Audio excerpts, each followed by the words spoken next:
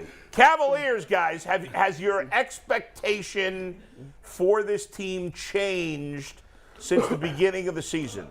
Tyvis, start us off. I think it has. And it's early on. They're 6-1, 7-1, 6-1.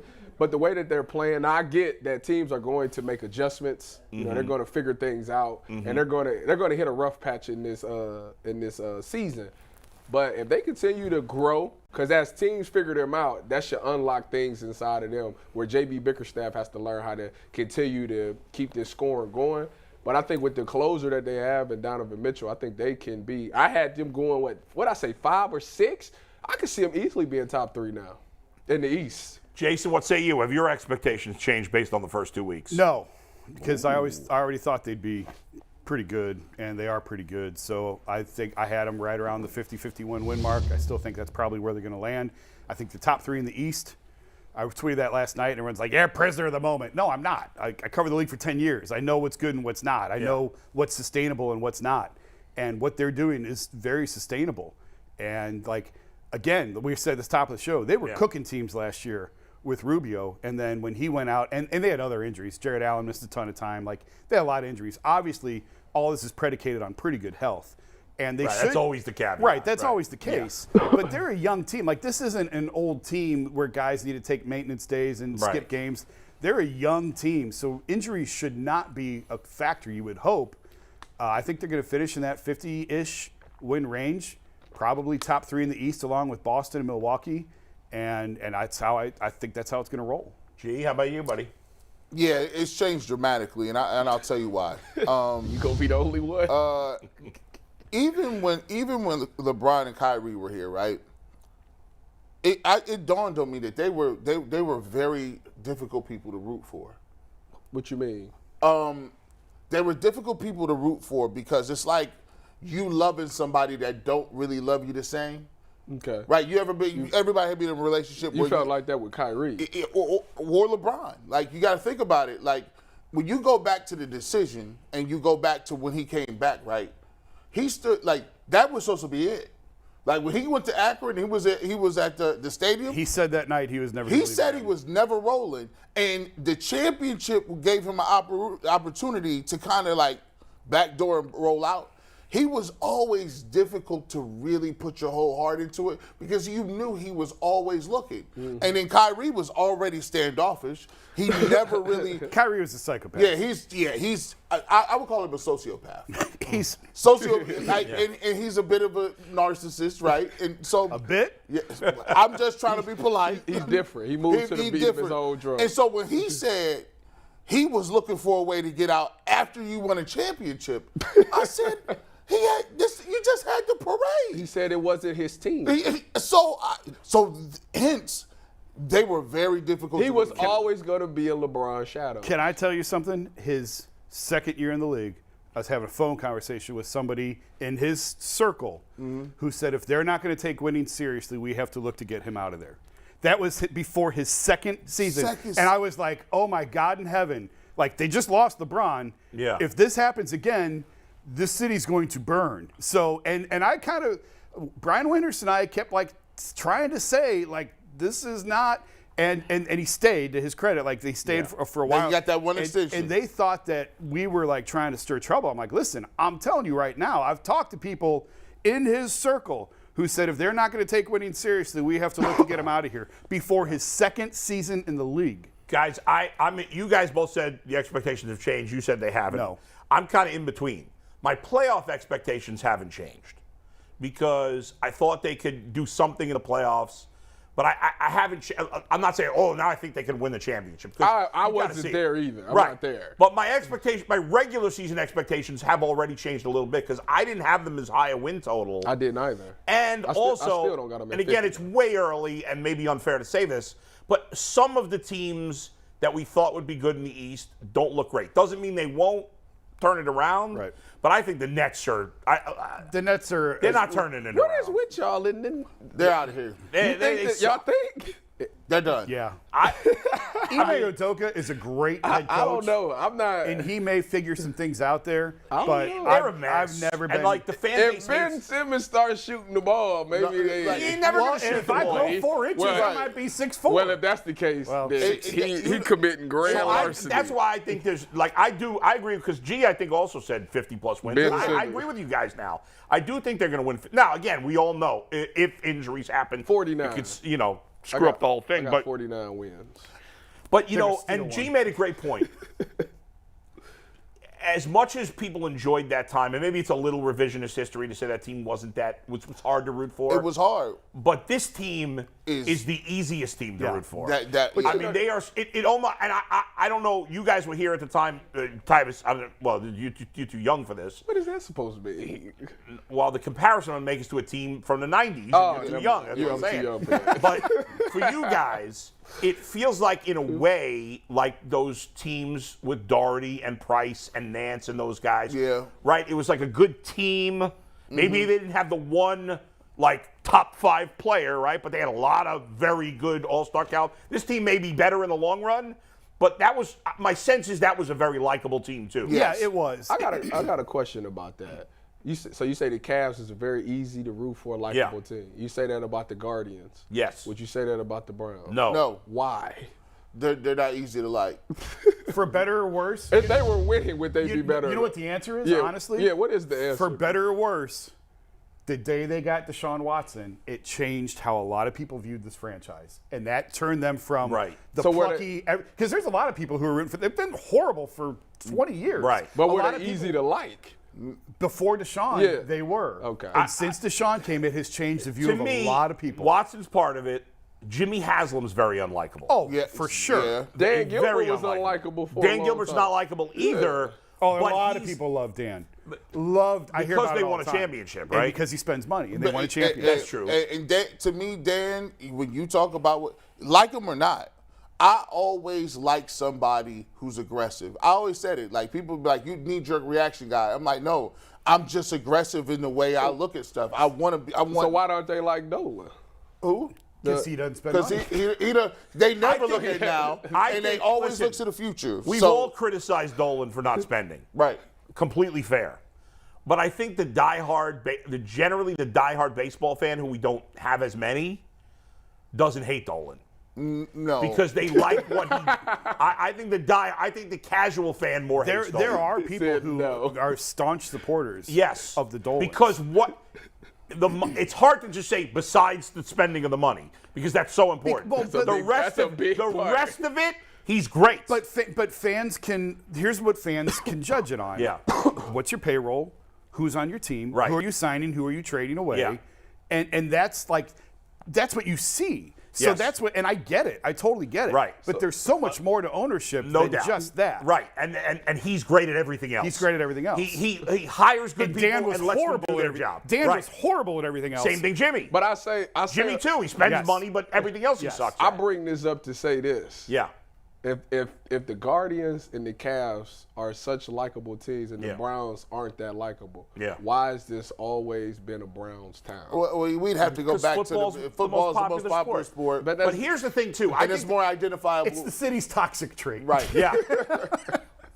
But here's another reason why I think the Browns are less likable. Well, one reason also is, I mean, obviously it's they're losing, right? Yeah, that is. And the players are like saying stupid stuff on social media before this week. They were saying stuff. They were getting in people's DMs. But here's the thing, guys. Think about this. You can complain about the postseason, especially with the Guardians at times. But in the last 20 years, the Guardians and now really just the Cavs the last couple of years have had a lot of surprisingly good seasons where you didn't have expectations, right?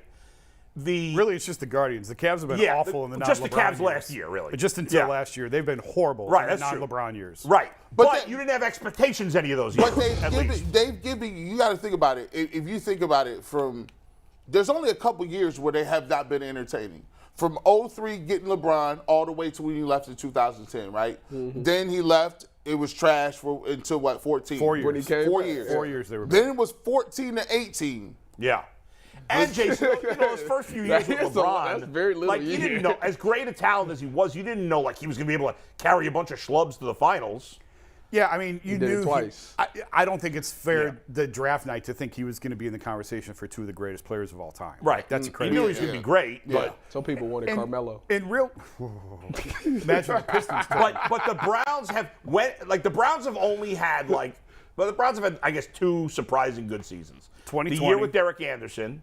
Yeah. And 2020. They went 10-6. And in 2020, everyone loved the Browns. Right. They were the plucky upstart. And the Derek Anderson year, they didn't make the playoffs. Right. They obviously had Right. and there have been others too before that. But And real quick, when you're talking about the Cavs were not likable, that championship team was very likable.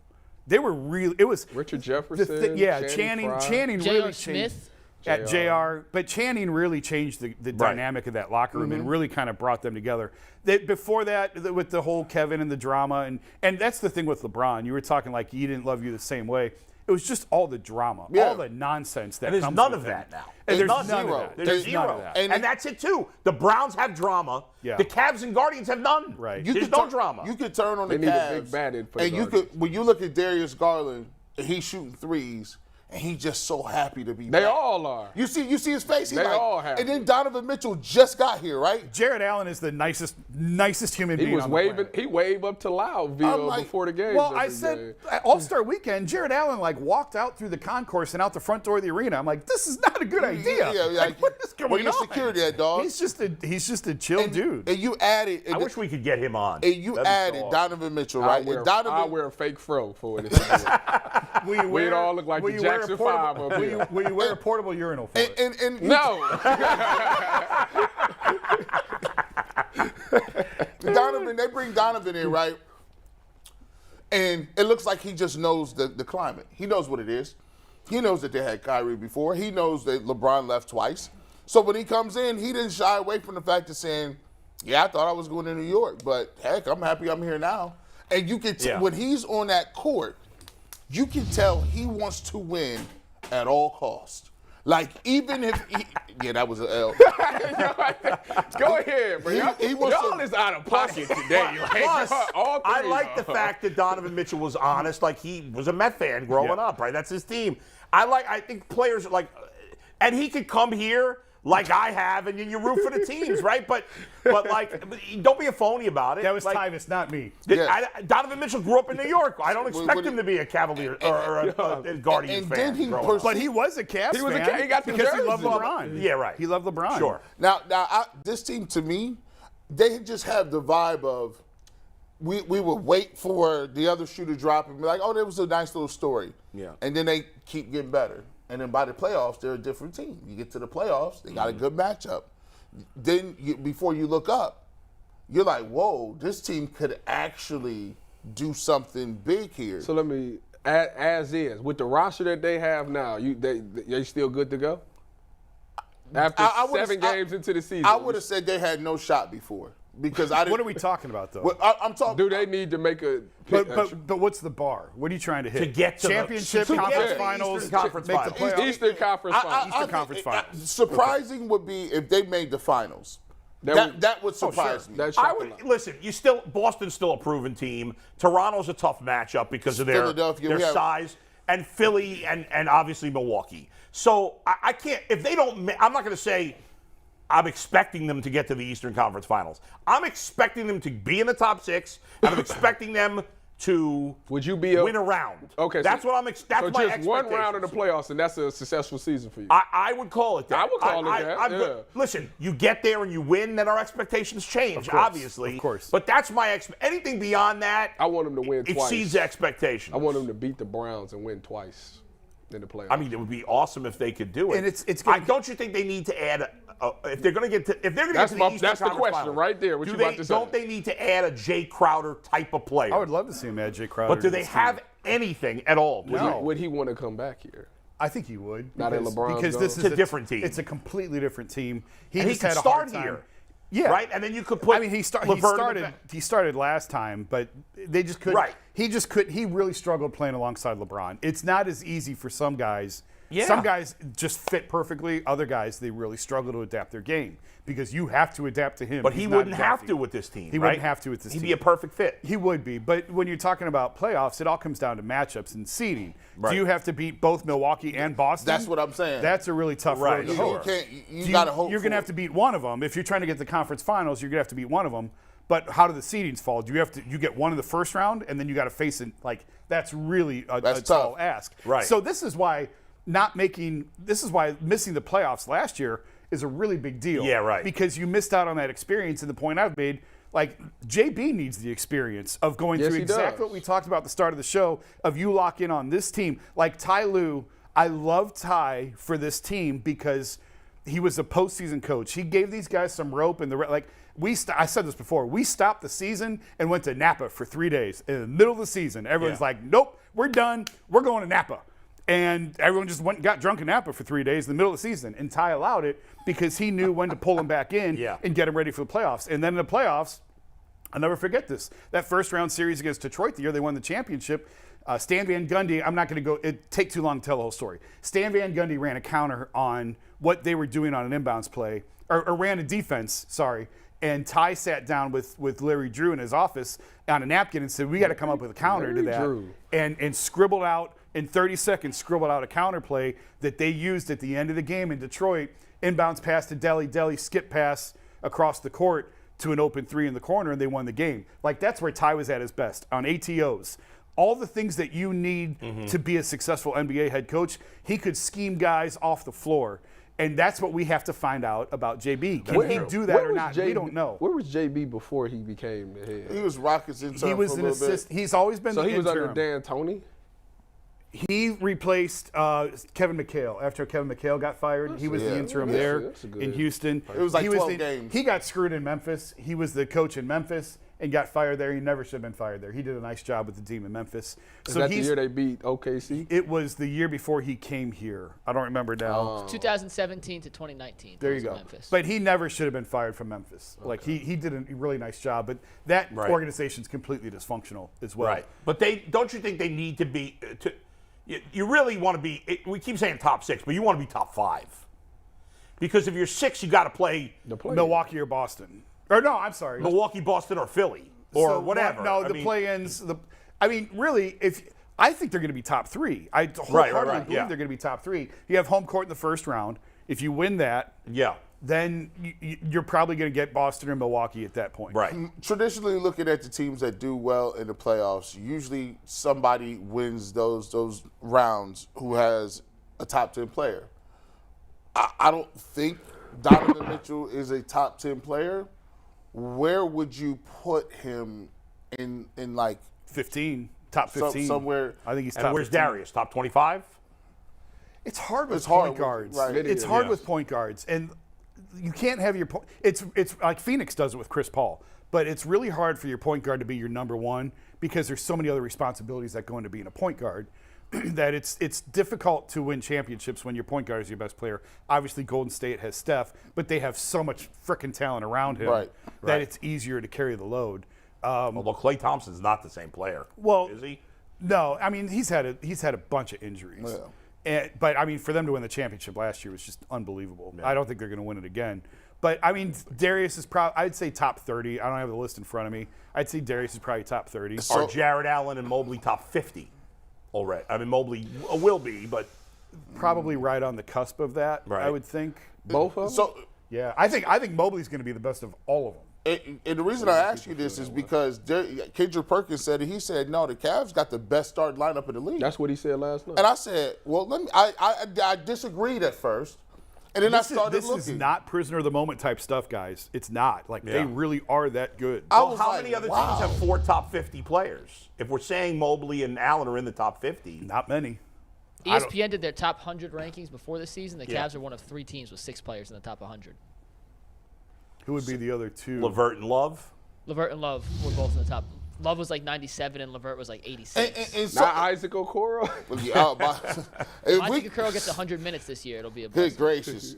But I will say, when he said that, I started looking, and I was like, in a 7-game series, it'll be hard to stop the Cavs because they got legitimately 2 or 3 or 4 guys that could get 30. And I they think young- we're and all they excited to see young, it too. for the first time without LeBron in a very, very long time. That's it. Because LeBron is not here. Yeah. This is a team where you can completely identify with. It's easy to watch them. And you know me, I want to play every game to win, and I'm hard on people. But even if they lose, for me, I'm like, oh, well, you know, they just hit shots today.